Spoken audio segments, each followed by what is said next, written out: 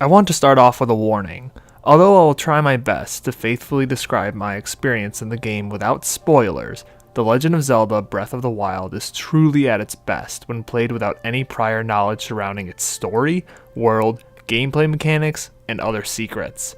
When I started playing Breath of the Wild, I made a decision not to read any reviews, watch any playthroughs, or listen to any reactionary content surrounding the game.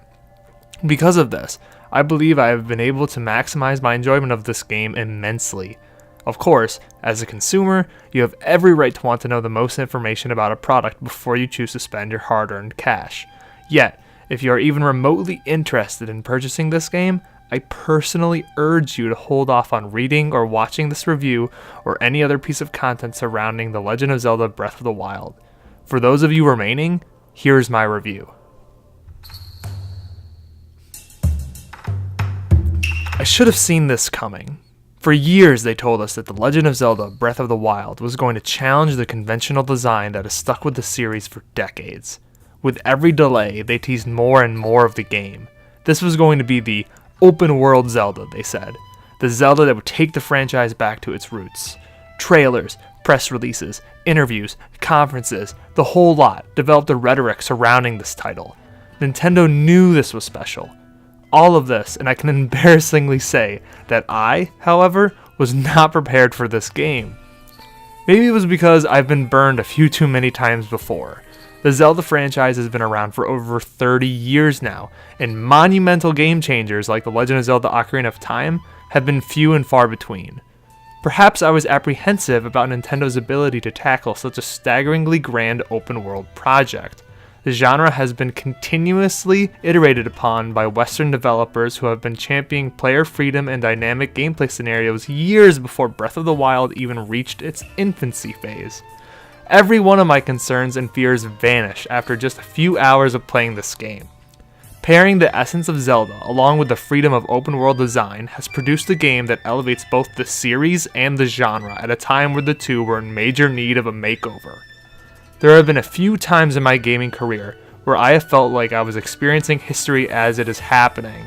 The Legend of Zelda Breath of the Wild, like Ocarina of Time before it, is a historic step forward for the franchise, and the future of Zelda will likely never be the same again.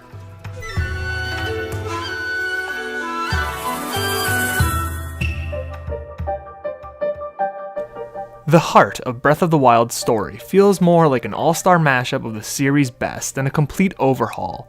Link wakes up to find that Hyrule has almost fallen to the Calamity Ganon 100 years earlier. To make matters worse, he can't remember much of his past due to being asleep within the Shrine of Resurrection for the entirety of Ganon's reign. It's up to you to discover what happened a century ago by regaining Link's memories and ultimately saving Princess Zelda. Not an earth-shattering plot by any means, but where the story really shines is with its character development. Breath of the Wild does a fantastic job at building characters and relationships that feel more human than any Zelda game before it. Princess Zelda in particular is a standout, whose genuine character arc allowed me to truly connect with the pressures and frustrations that a princess of Hyrule must face when confronted by an evil like Ganon.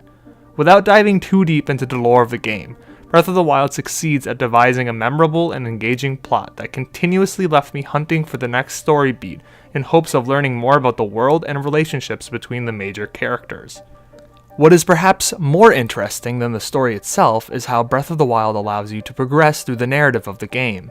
Instead of having one direct main quest that carries you from point A to B and then B to C, Breath of the Wild threads multiple quest lines that run asynchronously in respect to one another.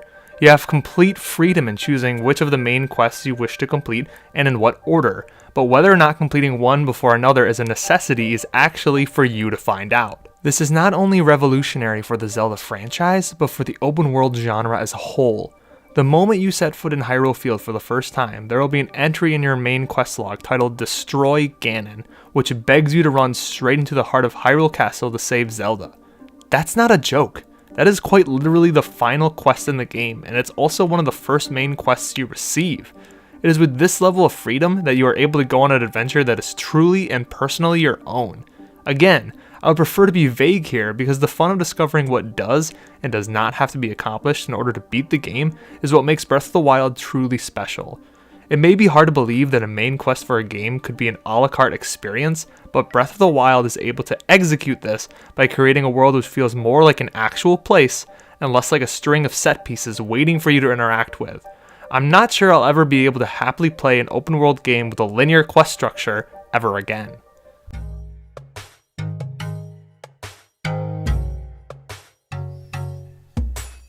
When you aren't directly working towards saving the princess, the entirety of the land of Hyrule is at your fingertips. The game world is massive, and like the asynchronous nature of the main questline, you have the complete freedom to go wherever you please. Zelda games have typically never played like this, so it is especially shocking that the game was able to triumph in creating a massive environment that begs to be explored. Breath of the Wild's art style, which looks like an evolved version of the Wind Waker's, can be breathtaking at times, and the musical score serves as a soft undertone which prefers to enhance your surroundings as opposed to boisterously consuming them.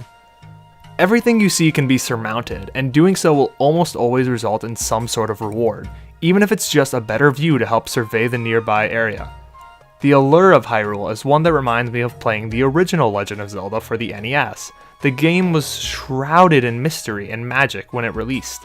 It was stuffed to the brim with items and power-ups that were so easily missed, yet it created an atmosphere of always feeling like there was a hidden secret in every corner. This is exactly how it feels to explore in Breath of the Wild. You are just never quite sure what you might find, but that lust for discovery propels you forward. I relished in climbing to the top of a Sheikah Tower just so I could paraglide feet first into a brand new location. Completely lost, completely loving it. I scaled mountains to discover transparent ghost bunnies which have vanished the moment I got too close. I stopped dead in my tracks as a massive dragon emerged from the depths of a nearby lake, and I watched in awe as it swam through the sky. Am I supposed to fight it? Should I go touch it? What the hell is it doing? These experiences are the heartbeat of the game, and it is what continues to tempt me to play it even after I've visited every tower and invested over 50 hours of my time. I have a funny feeling I'll never know all the secrets to discover and all the mysteries hidden deep within Breath of the Wild's Hyrule, and I couldn't be more okay with that. As massive as the game world is, it never feels empty or vacant. There is so much to do in Breath of the Wild that even the most dedicated of completionists will have to stretch their muscles to fully complete it. 120 shrines are scattered throughout Hyrule and contain bite-sized puzzle experiences that can be finished in 5 to 15 minutes. Completing a shrine will grant Link a spirit orb, which can be traded for a heart container or stamina vessel once he's collected 4 of them. Side quests are as abundant as you would expect in an open world game, and occasionally offer worthwhile rewards for completing tasks that are refreshingly more varied than simple fetch quests. I'm looking at you, Skyward Sword. Various monster bosses and enemy mobs are waiting for you to come pillage their hordes of loot, and 900 Koroks are hidden within even the most obscure of places to offer you seeds which increase your inventory slots. I haven't even mentioned the snowy peaks where Link can go shield surfing, or the exotic wildlife ready to be tamed, befriended, and hunted. Pick a direction and wander. Lack of content is not a problem in Breath of the Wild. You'll feel compelled to complete all this content as well, since the rewards you get from shrines, side quests, and simply venturing around the world map are key to surviving in this version of Hyrule. Weapons deteriorate, enemies do uncharacteristically large amounts of damage, rupees are scarce, and harsh weather conditions will cause Link to freeze or burn over time. I saw more game over screens in the first 5 hours of Breath of the Wild than I did in Skyward Sword, Twilight Princess, and Wind Waker combined. However, it's important to note that although the game is significantly more difficult than its predecessors, it never feels unfair. The ability to do whatever you want in terms of the main story and the side content means that I always had the freedom to stop what I was working on and come back later when I was better equipped with more heart pieces or items. Link's older moves and mechanics have all gotten a facelift to account for this increase of difficulty and open world design. Although the combat initially feels very similar to previous Zeldas, Z targeting, backflips, parrying attacks in slow motion, most enemy battles in Breath of the Wild have been evolved to allow for more dynamic encounters. Instead of running headfirst into battle, you could shoot a fire arrow and burn the foliage surrounding your enemies. You could wait until it gets dark and plan a surprise attack while they sleep. You could even take advantage of the overhead thunderstorm and hurl your metal sword at the encroaching moblins, only to have lightning strike and cripple your foes. Skyward Sword's stamina meter returns in Breath of the Wild, which means no rolling, but Link can now climb almost any vertical surface he can get his hands on. Cooking and crafting have also seen a major overhaul. Instead of simply being able to upgrade potions, Breath of the Wild encourages you to cook elixirs and meals on your own. Hunting wildlife, collecting greens, and mining salts are a must if you want any hope of discovering the plethora of recipes that range in effect from simply giving you more hearts to increasing your stamina or lowering Link's body temperature.